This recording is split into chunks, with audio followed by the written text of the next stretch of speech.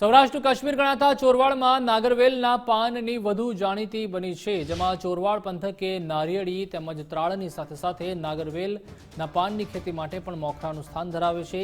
એવું માનવામાં આવે છે કે અહીં પાનના શોખીન નવાબે નાગરવેલના પાનની ખેતી શરૂ કરાવી હતી। જ્યારે જૂનાગઢના નવાબ ચોરવાડ આવતા ત્યારે તે 2 થી 3 મહિના ચોરવાડમાં જ રોકાતા હતા। ચોરવાડ પંથકમાં દરિયા કિનારો હોવાથી અહીંના મીઠા પાણીમાં નારિયેળીની ખેતી વધુ થાય છે અને તેના કારણે જ અહીં નાગરવેલના પાનની ખેતી પણ શક્ય બની છે। નાગરવેલ રોપા વાવ્યા બાદ 1 થી 1.5 વર્ષમાં તેને ઉતારવામાં આવે છે।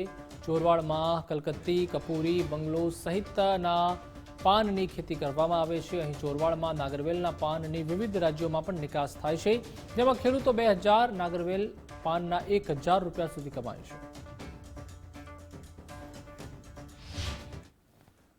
અમે અહીંયા છે ને કાળા પાન છે, પછી કપૂરી પાન છે, પછી બંગલો આપણે અત્યારે જે જગ્યામાં ઊભા છે એ બંગલો પાન કહેવાય।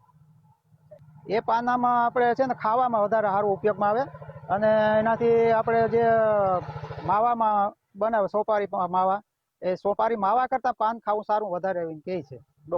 નહીં, વિદેશમાં તો નહીં, પણ અમે છે ને અહીંથી એક્સપોર્ટ નથી કરતા, પણ જે અમારા અહીં ગામના જે વેપારી છે એ એક્સપોર્ટ કરવા વાળા એ અહીંયાથી લઈ અમારે ત્યાંથી, અથવા તો અમારે માર્કેટમાં જવું પડે બજારમાં, એટલે ત્યાંથી લઈ જાય લોકો। શું ભાવ મળે?